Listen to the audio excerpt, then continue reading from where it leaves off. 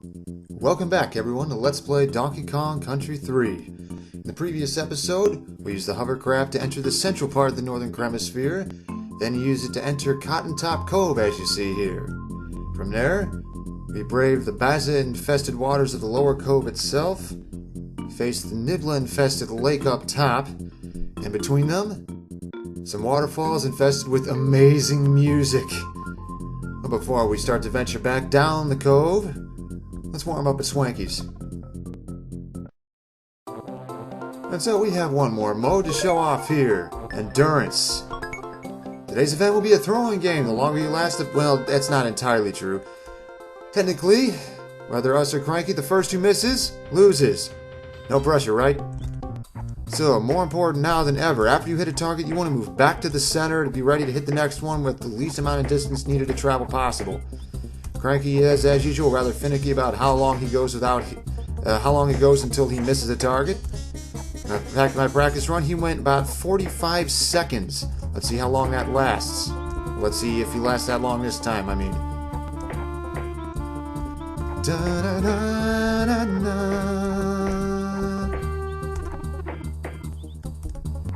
Da-da-da. Oh, crud.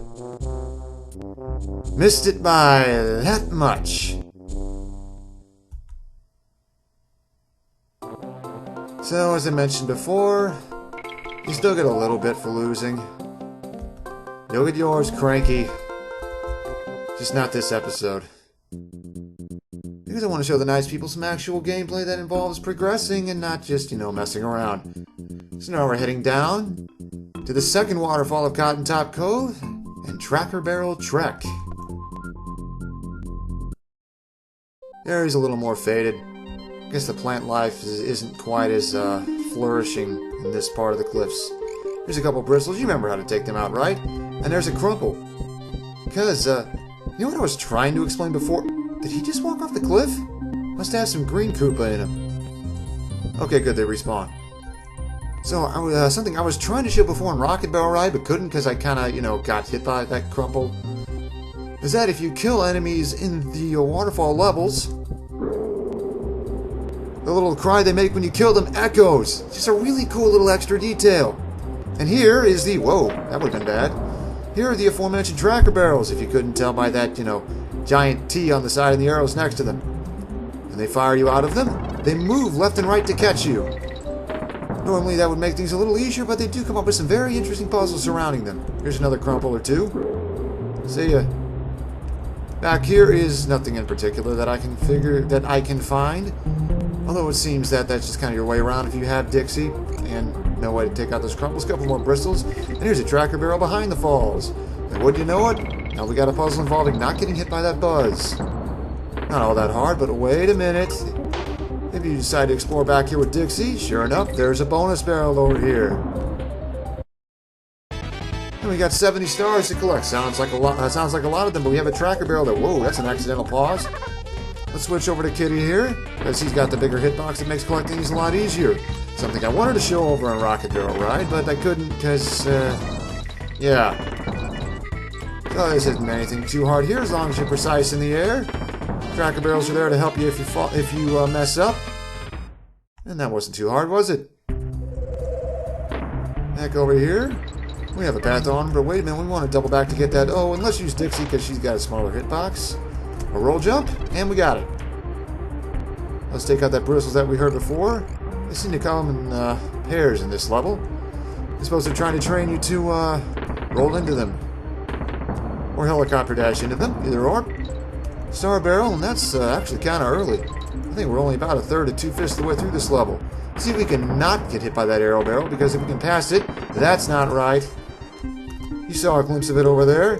If we can get by this arrow barrel, there's a 3-up for us to collect. Always helps to go off the beaten path. There's a DK barrel and, see a crumple, and an Ellie barrel. They really do get a lot of mileage out of her in these early levels. Now, this is more mid-game than early at this point, but you get the idea. But as with Bob and Barrel Brawl, you can pull water from the falls. She can be either in front of or behind the waterfalls here, and she even gets a different animation for it. Echo, echo, echo. See, different sprite and everything. Let's check back here with for a tracker barrel, and that bonus barrel isn't all that well hidden. All you gotta do is use Ellie to take out these buzzes. You can aim up or straight forward as if you were on the ground or jumping normally. We got some baddies to bash. Interestingly enough, some knickknacks, and you can't spray. You can't pull water from the falls back there to spray at them. No fair cheating. So as usual, take advantage of. Whoa! Easy. Remember that Ellie has kind of a big hitbox, so approach these knickknacks from above. Oh, and don't autopilot and run right into this last one. That may or may not have happened to me in my practice run. Back we are on the level itself. We got to refill our water supply. Careful around the recoils here. They kind of tend to land right where you're drawing water. See it? Even they echo a little. So we go back here. There's the end for us and an arrow barrel. Though wait a minute, because if we go here and jump straight up, there's a barracoin hidden there. Not a whole lot, but it's something. We're venturing further up the falls. Dead crumple. Good thing Ellie weighs quite a bit. Then again, she is an elephant. Taking out these buzzes with water makes things much easier. And if you notice, this tracker will put you in a spot where you can't just refill your water supply. Sneaky Okay, careful. Make sure you peg these buzzes on your way to this higher up tracker barrel here, so you don't have to avoid them in this higher section. There we go. Another DK barrel for your trouble. You gotta jump to this one. Hope you still got some water left over to take out this buzz. Not only does it help you get that barracoin more easily, makes him, he's kind of hard to negotiate around if you don't take him out. There's a coin, so surely there must be a steel keg around here somewhere. There's a no Ellie sign, and she leaves the steel keg behind. Well, better not mess this up. Only got one shot. So there's a wall here. Throw the steel keg up, bounce it off, have the coin look up at us. See ya. There we go. And this last stretch is a little tricky. Heads up. Have some buzzes to go around. Try not to stay too still or that will happen. Nursing ability lasts just long enough to not get hit a second time. Fortunately, that's the last thing you gotta do here.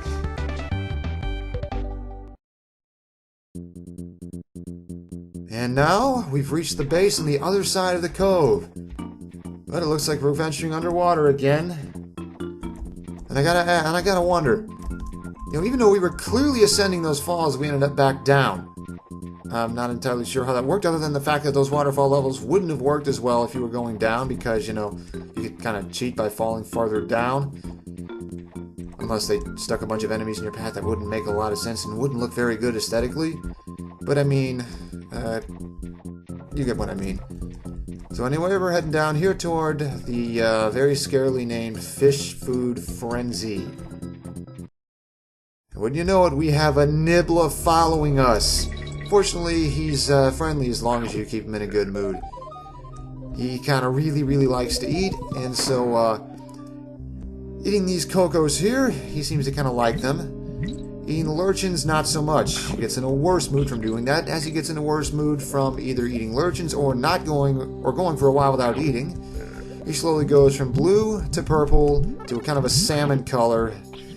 To the red, you saw the nibblers that were actively hostile back in Bobbing Barrel Brawl and Creeping Clasps. Needless to say, we don't want that to happen, because then he'll take a bite out of one of the Kongs. And much of this level is based around positioning him to make sure he eats cocos and not lurchins. It's quite a bit to juggle, not gonna lie. Fortunately, there's not much else to do in this level other than negotiate these enemies while keeping him happy. We got a first bonus barrel here, not that far off the path. 15 bananas to grab. Kitty helps here. Fortunately, there's no lurchin here. And so, the name of the game here is remembering those advanced controls. If you remember them, things aren't that much harder at all. If I don't get distracted. Up here. Now let's fall down.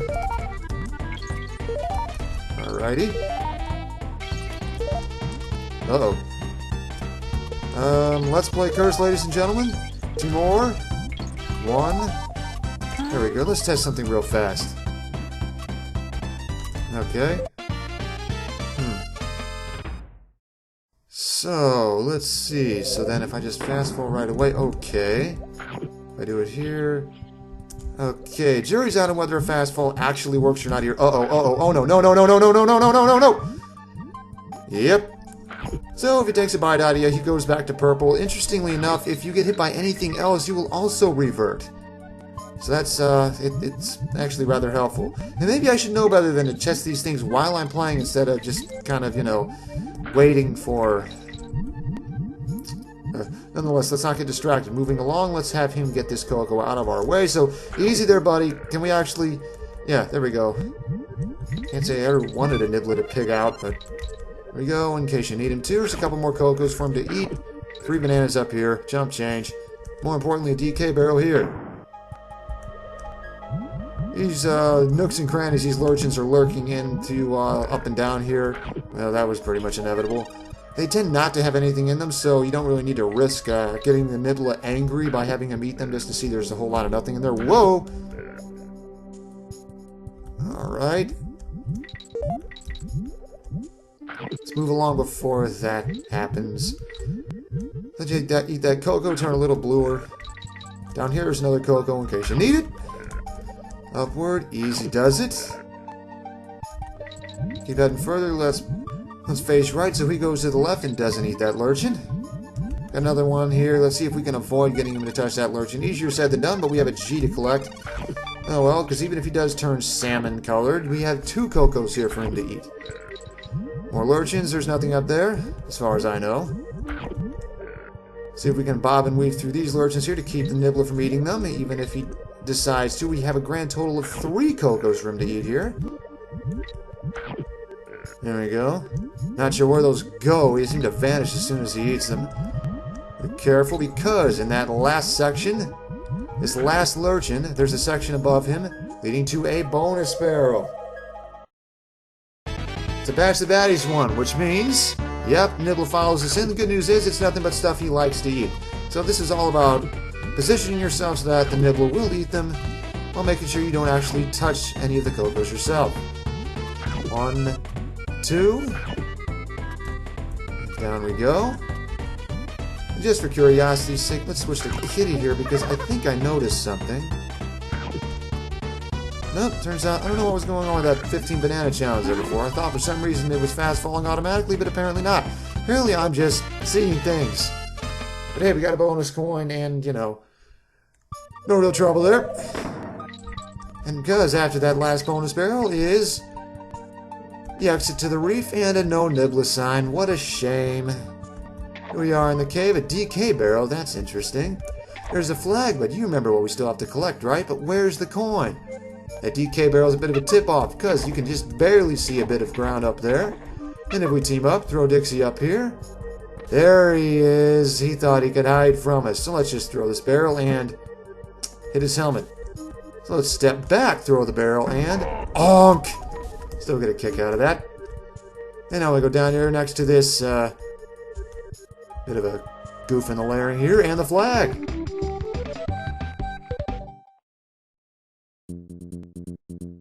And the rocks recede, slowly opening up a pathway near that formation in the water that looks like an evil face.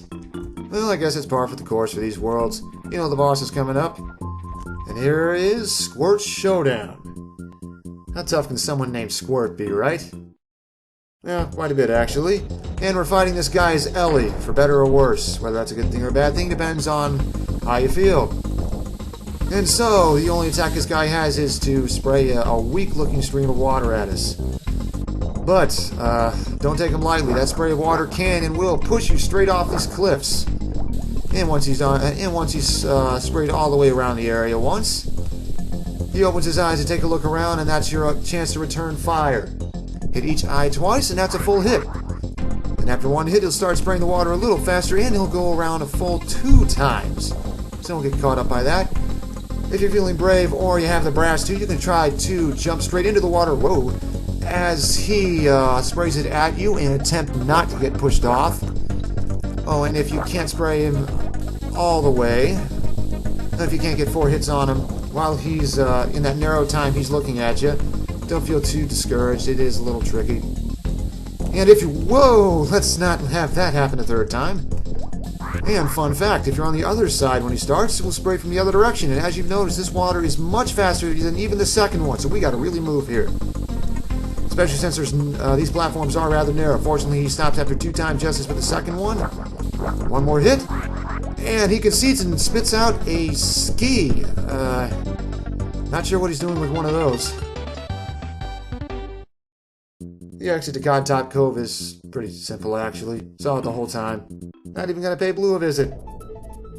And with that, we've cleared Cotton-Top Cove. Things are starting to get a little challenging, though, aren't they? So next time on Let's Play Donkey Kong Country 3, we're gonna leave these breathtaking falls for this place.